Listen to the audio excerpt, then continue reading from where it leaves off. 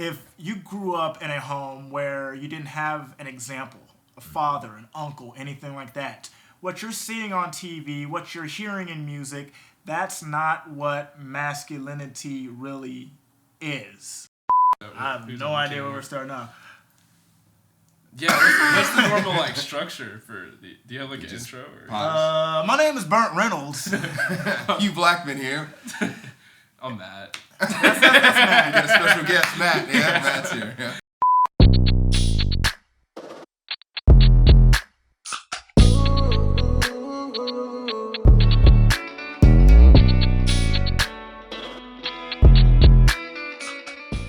So today we're gonna talk about Modern masculinity. that. Yeah, that. Modern masculinity. How would you define that, Matt? I don't even know how to define it at this moment. I think the way to look at it now is like what the world needs. So if you look at the old paradigm, a lot of the situations so if you look at the 50s and the war and how that masculinity came about, that was out of duty to country. And I'm a firm believer that when you talk about masculinity, once a man meets his immediate needs, it's his job to be of service to the world and the universe around him. Yeah. So when you look at what modern masculinity is, I don't think there's ever going to be, or there ever should be this is what it is term. I think as men, we have to look at what the world needs and meet that challenge every time. Okay. And nice. So what modern masculinity is currently, or what the world needs right now, would be something that we've actually never had to give before, which is like healing and discussion. And it's really a challenge because what the old masculine paradigm was, and what I mean by that paradigm is when we had the industrial age beginning, it was a total opposite, right? Like no feelings, be tough, be strong. World War II, we gotta go kill Nazis. Now it's not that anymore. Now we've pretty much civilized the world, and we need masculine leaders to show us how to be happy in that, to actually talk about our feelings and heal and promote harmony. And then by healing, I mean inner harmony, so just how we feel and how we work within our communities and each other. And so I think back to the original point though, it's what are we being called to do? What's our generation, our time as men requiring us to do to take that next step and lead? Okay, I got you. Would you say that it seems like people have gotten very sensitive about certain things, when especially as a man? It seems like most women, especially when you interact with them, it seems like they have an idea of what a man should be. He's got to make this amount of money. He's got to be strong. He's got to be protector. It seems like even though we stepped away from those old ways, it seems like there's still people still want those basic necessities: security, stability. A lot of confusion comes of that. When you hear the term, say, toxic masculinity, usually the aggressive or the no emotions, no feeling, always got to be tough, that's seen as toxic nowadays. Mm-hmm. And the unfortunate side effect of that is nowadays, or how it used to be in the dating world, a lot of women looked at these kind of traits as something that a protector would have, as an alpha would have. Yeah. And I feel like we're in a world where definitely we're trying to spread the whole equality thing. Everyone's going to be equal, treat everybody the same, and that's great. So in that right, people are stepping outside of their gender roles. Yeah. And I think gender roles play a huge part in that. That's because they have changed over time. That's so true. Yeah. I'm a guy. I cook a lot. Same. I do constantly. And back in the day, that was something that that was strictly something that the woman of the household would do.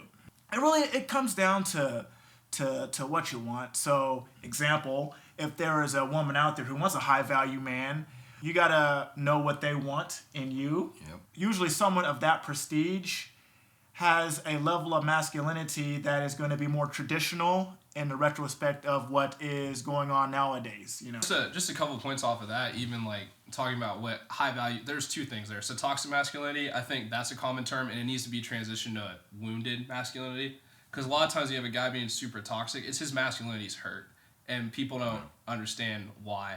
And then another thing was on the high value thing is it's also, you said there's more than one example. That's totally true, because there's multiple kinds of high value men. Like if you go to the Lion King, you look at Mufasa's high value, right? And then Scar in his own right's high value too. Exactly. Right. But the thing is like when it comes to women, they have to know what kind of high value they want. Mm-hmm. And that's the key, because I know a lot of big entrepreneurs that are like, hey, like they're 100% progressive on their mindset with gender roles, but they're still working 80 hours a week.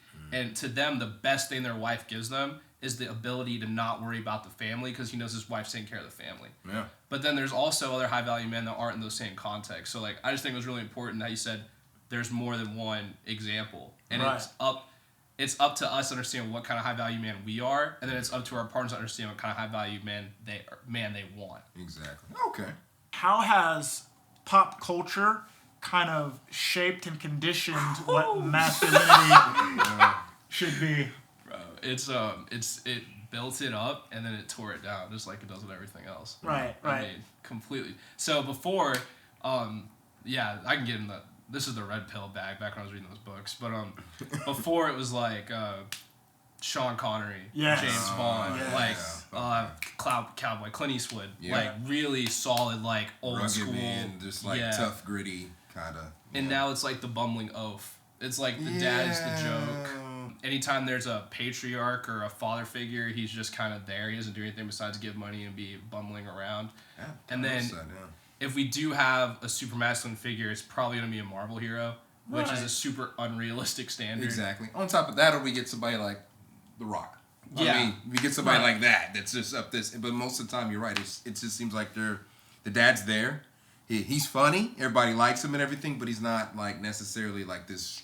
They've just softened. I think that's what it is. They've kind of just numbed it and softened it down and nerfed it a little bit. Mm-hmm. And then, they put more into, the mom being more of the leader kind of sort of. Or depending on with the way things are now equality-wise, they've moved it to shift it to other things. The kids don't know who they are, stuff like that. So it's kind of moved away from men and moved to these other areas, which not saying it's not important. But it just seems like it's just changed. It's like men have kind of taken a step back. And it's like, all right, we're not worried about you. And it's almost like kind of in relationships or whenever you deal with women. Women almost expect you. They want you to have your shit together. They don't want you to have any baggage. Right. They want you to be already providing. They want you to have a direction in life. But then when you expect the same thing of them, then it's seen as, oh, well, here we go again. You're controlling, or you're not being open-minded and everything. I got this and this and that. Toxic femininity. There we go. I'm coining that right now. Yeah, I'm going to stay wounded. But you see what I'm saying? But it's a lot of pressure. Even now, there's pressure as a man to be at a certain point in your life. In your 20s, you should have an idea of who you want to be. By the time you're in your 30s, you should be grinding, family, have some building some wealth. You should have something going on with you. And it does not work like that. Stan Lee started with Marvel Comics back when he was 50? Exactly. I'm gonna be wrong. I know I'm wrong because I don't know my facts, but he was definitely on the later end of his life when he became the most popular in his passion. Exactly. And there's so many people who Morgan Freeman didn't hit until he was almost pretty much 50. Dwayne, he's been, granted he did grow up, in the wrestling, and he did grow up during that, but he didn't hit into his early 40s technically with the Project Rock and the movies he's been doing. He's just a different beast. Exactly. Kevin Hart, same thing. Yeah. We all remember Soul Plane. We don't want to remember Soul Plane, but we saw Soul Plane. Wasn't the best movie. He did other movies. Think Like a Man catapulted him. And it was later on, pretty much in his 40s. So there is no time restraint as a man when you should necessarily have your stuff together. I believe some of us have to walk a different beat. You have to go through a journey. You have to endure some things to create something, Yeah. We actually don't hit our physical primes until we're like mid-30s. Yep. Yeah. Our wall, much further off. Way down the line. Way down the line. What are we doing to help progress a positive message in building a new foundation for what masculinity should be? With how it used to be, pent up emotions, and I used to be like that. Like, you're not supposed to cry in front of nobody, anything like that. What people don't realize is that will deteriorate your mind, It erodes you from within, it does. And you can look at statistics, 2/3 of suicide victims are men. Oh yeah, it's way higher. It's way higher. And it's wild when you think of that. And when you're bottling up all these emotions, and not necessarily anger, because usually when you see alpha men out there, they're just yelling and screaming and they're taking all the 45 plates. Yeah. Jim. But Guilty. Being able to express yourself, and be masculine, it needs to be not as much of a stigma. Yeah. You should be able to speak your mind and understand that you're not seen as weak when you do so. Like, oh, you're being emotional, bro. You're taking this too serious. No, I would rather voice my opinion, voice your opinion, speak what's on your mind, speak your truth. That's what it's always about. Speak your truth. Don't sit here and hold and retain everything, and then later on you become passive aggressive, or you end up snapping on people because you've allowed this to keep piling up, and then you build life, family, everything happens. That's not. We need to walk away from that. We need to be the strong, solid oak, and we need to just bear all this stuff. No, that's not how it works. That's why you have a partner. That's why you have friends. That's why you have people you can lean on. That's why you have a small circle. That's what it's for, is to let that out, to vent, to speak your mind. That's how you deal with things. Not, let me deal with this, I'm struggling, whatever, or I'm dealing. Talk. And have patience. I think that's so key, because I think one thing with this new wave of conscious men coming up is, hey, like, I can, like, we're going to have that conversation, but let me hear you out and know that it's not going to be perfect. Right. And then to answer your question, the way I've been trying to help is just by living by example and documenting that digitally. Because, I mean, I'm not the biggest talker, but I can go through and, like, do my thing and say, like, here's how I did that. Right. You're still doing your due diligence. It's just in a different way. And then with women, though, we also have to acknowledge that but, like, the whole patriarch system has wounded femininity. And so having that patience when talking to the feminine as alpha, high-value men, because not every woman's going to come in and, like, know how to that's true. correspond with that. Right. You're going to get mistreated because you're doing those things you should do, right? And we have to have that patience to, like, I get it. There's a whole generation of hurt here, but your interaction with me at this moment, if I stay patient and do my job, can be very healing and be an example. If you grew up in a home where you didn't have an example, a father, an uncle, anything like that, what you're seeing on TV, what you're hearing in music, that's not what masculinity really is. Yeah. Hollywood is not a good teacher when it comes to raising, the youth. Yeah, it's difficult. Yeah. It's difficult. You gotta go out there and find mentors, actual people you can see, touch, hear. Yeah.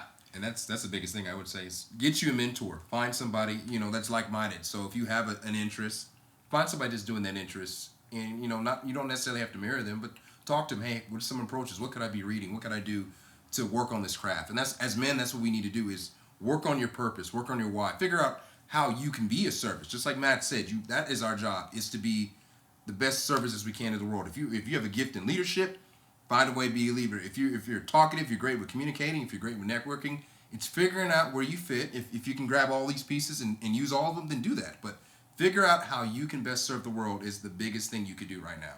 It's not worrying about some woman. It's not worrying about what everyone else is doing. It's figuring out you as a man, as an individual. Before you go building a relationship, before you go doing anything with anybody, you need to know yourself. That's the most important thing. One thing I do want to talk about, though, is and even if you don't have a mentor but find those examples, is your why. Ground it in something bigger than obtaining a goal or who you want to become. Yeah. Like, work on your mission and spend a lot of time working on your ethics. So as someone who's gone through the process of not having those things can do to you, so from my perspective, like, being in the courts, having to beat criminal investigations, having to beat lawsuits, being on the other end of a gun, understanding that I could go to court or I could go to jail any day, and really having to have those dark times or not dark times, I think they're character development, character building. You got to go through those experiences to build you to where you are today. Exactly. They're what make you. But going through those times, you have to know, like, this is something I can die behind, and, like, it's possible, but we're going to roll those dice. Right. You want to make sure that, A, you have the right ethics and values in the beginning, so hopefully you avoid that fall. But B, if you do go that, you can be at peace with it. Right. Yeah. And then picking the right mentors. I had mentors that were not the best fit after a while. I mean, we're talking fraud cases, federal investigations, but because there's money and there's power, naturally at a young age I was gravitated towards it. But and then in addition to that, just look at your the media you're watching and the other subconscious examples. My favorite movies are Wolf of Wall Street, Peaky Blinders, The Godfather, War Dogs. And next thing you know, 5 years later, I'm in court for all the same shit those people were going through, right? So, and you're right. It is what you feed yourself is very crucial. Whatever little bit of time all those hours you spend watching TikTok, all those Netflix specials, all those the constant watching, that does do something to you, and not just you, but your own family. So Right. And with that said, my name is Burt Reynolds. Hugh Blackman. There we go. We are out here. Does Matt need to say? Oh yeah, I'm Matthew Colborn. I'm just me. Yeah, I don't have anything cool. That's bad.